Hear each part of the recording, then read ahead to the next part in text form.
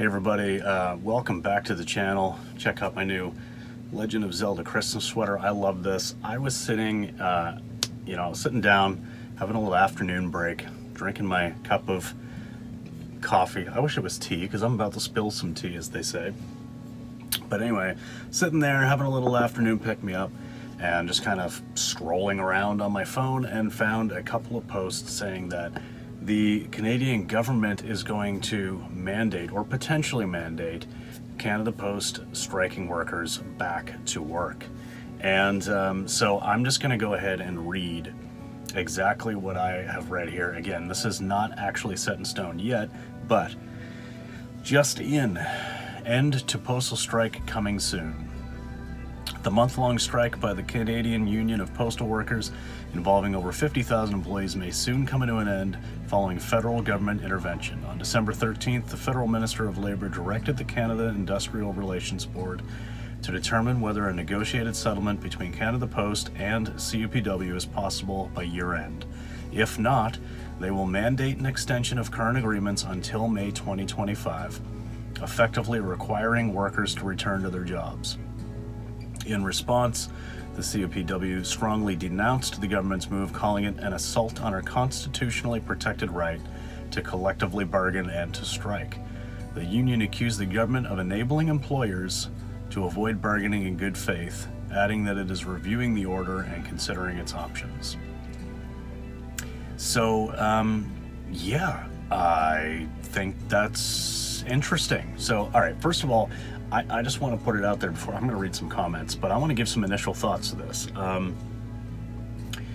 The timing of this maybe isn't all that helpful because Christmas is already completely screwed for most people.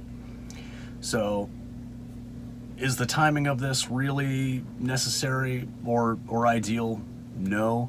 But at the same time, the strike itself was also not a great time, and I think that it was used to maybe try to leverage their position a little bit, and it backfired.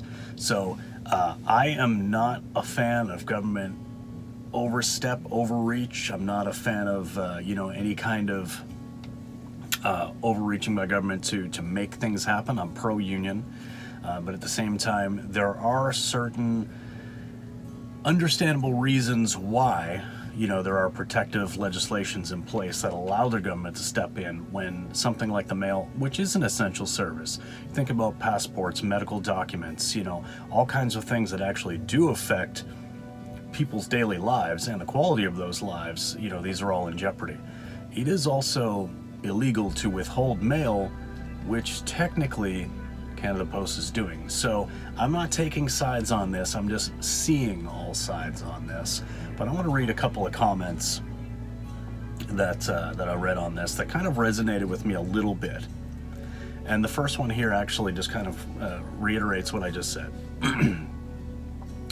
They had weeks to actually negotiate and compromise, and the union didn't budge on their wants. Instead, they held everyone's packages and small businesses that rely on them hostage.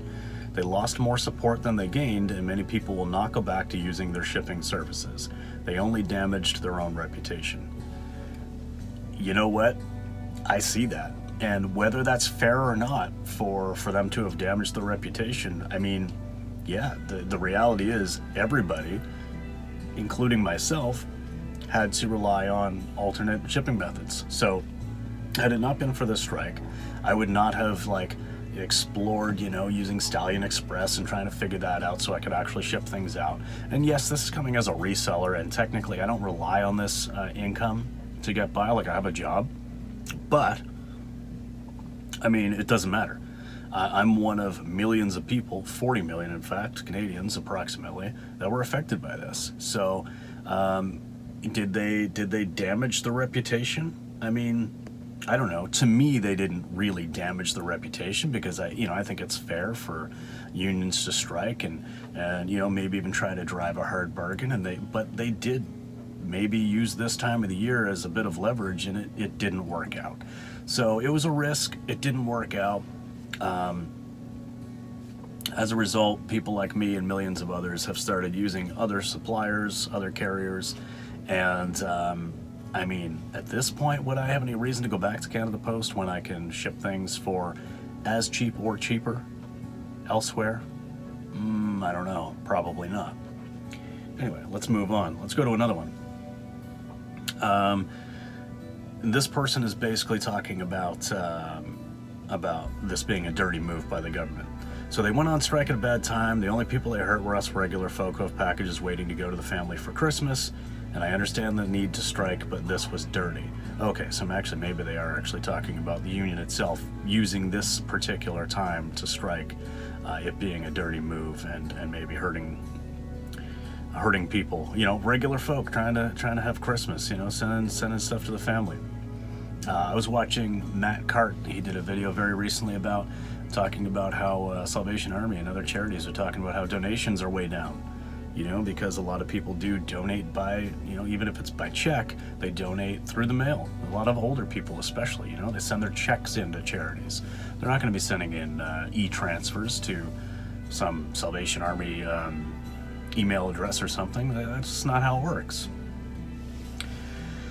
Another one here, I support what the workers are trying to accomplish here, but I also feel like the postal union chose to strike at this time of year hoping it could be used to leverage the situation. It doesn't seem to be working out. Not sure which side I agree with at this point.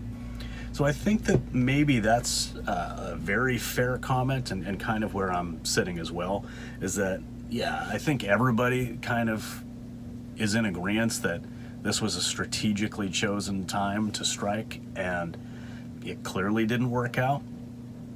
But does that mean that we necessarily are like on the company side, like this is Canada Post, the company, like we're with them, or are we with the workers? I mean, I think I'm probably somewhere in the middle. Like I think everybody, I can understand that everybody wants to have good wages, good benefits, all the rest. Like I am very pro-union. But at the same time, when you've lost billions of dollars over the last few years as a company and your model is failing, you need to shake things up pretty significantly. So yes, you want to address wages and stuff, but I mean, I know Canada Post, the company, is trying to bring in some other ideas, like not just address like, hey guys, we want some more money and whatever, but also like address, these are some major things we need to do to actually make this company like exist and make money and be viable. So someone else says, why bother now? There's no way they could mail packages now for Christmas. Yeah, I kind of agree with that. I mean, even if they're back to work in a couple of days, like I'm filming this on Friday, this just broke, and even if they're back to work on Monday morning, number one, those people are not going to be busting ass and working as hard as they can to get that backlog. If people are being forced back to work by the government, you can rest assured that they're working at 50% capacity at most. They are not going to be going in there and trying to like work on this backlog of packages as quickly as they can and going in there, wholeheartedly working as if they had, been able to strike and get something, close to what they wanted. So even if they're back to work, you think those people are working really hard, and can anything, be solved in time for Christmas? No, it's the 13th. There's 12 days. There's probably a month's worth of backlog before things are even, at a point where a new parcel going to the post office is going to get somewhere on time. So, I mean, the reality is we're probably looking at February before things are back to normal, even if people return to work on Monday. And now this one, this is a funny comment, but actually I really agree with it. Look, my job is in a bit of a corporate world, for a company that has a corporate presence, and I understand the business side of things, and I understand that there are higher ups in companies that don't appear to have a lot to do to people who don't get it and don't understand that part of the business structure and whatever. So a lot of times there's some resentment, and especially due to recent events down in the US, people look at positions like CEO and president and stuff and wonder what the value is there.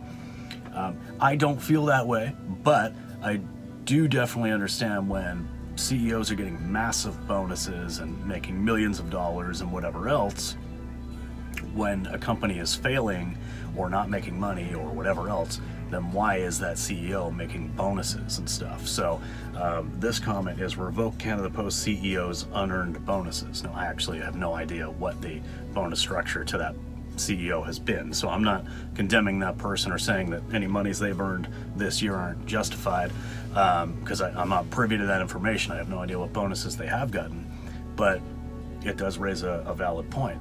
If you've got a business that's lost billions of dollars in the last few years, should that CEO get millions of dollars of bonuses? Probably not. Same as Nova Scotia Power, but that's a completely different topic. Not a huge fan of some of the goings on there. But anyway, yeah, again, that is a different topic.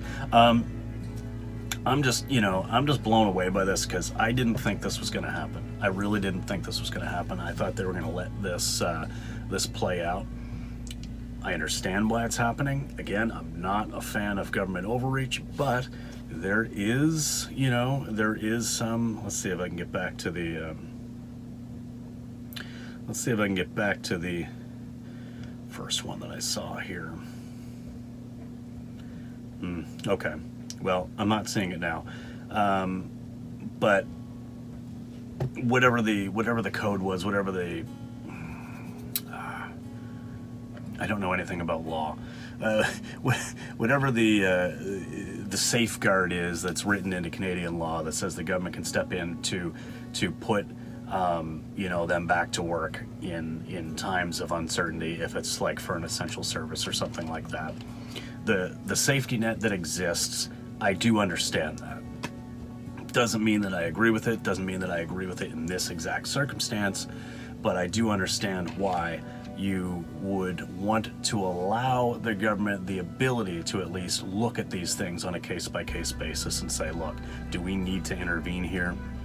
Because we know that chaos and anarchy typically do not work out very well, but that's not me simping for the government either. Yeah, I mean, I don't know what's going to happen here, but I mean, I'm looking at it from somebody who went from using Canada Post for 95% of my outgoing shipments to now using them for 0%, and it being a pretty smooth transition.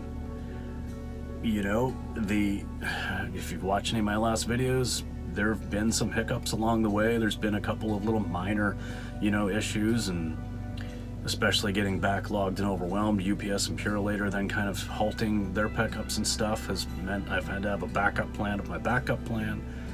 But I don't know, this all happens because of Canada Post, and getting out of peak season moving forward, like when things are just kind of like half normal and things kind of level off a little bit, I can see sending my packages off to Stallion Express, getting them picked up at my door by UPS and sent off to them and distributed, and it just being this smooth, easy thing.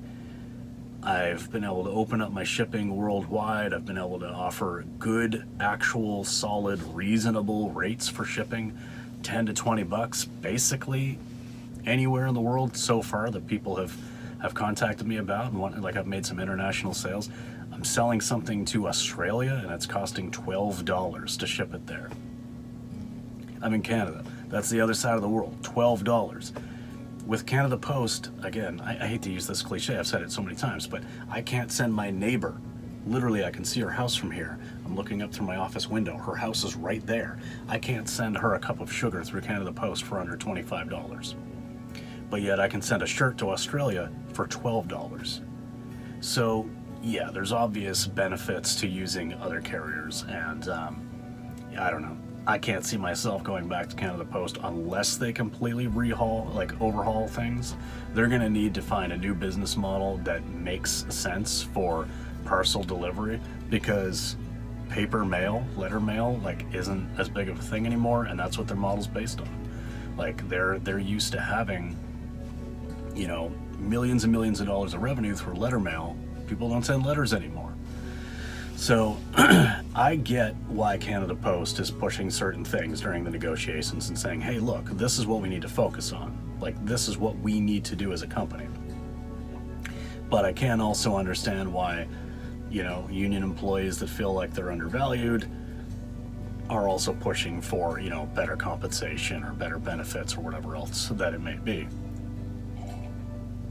So I'm not really taking sides, but I'm definitely seeing all sides, hoping there's a good agreement that comes, you know, out of this.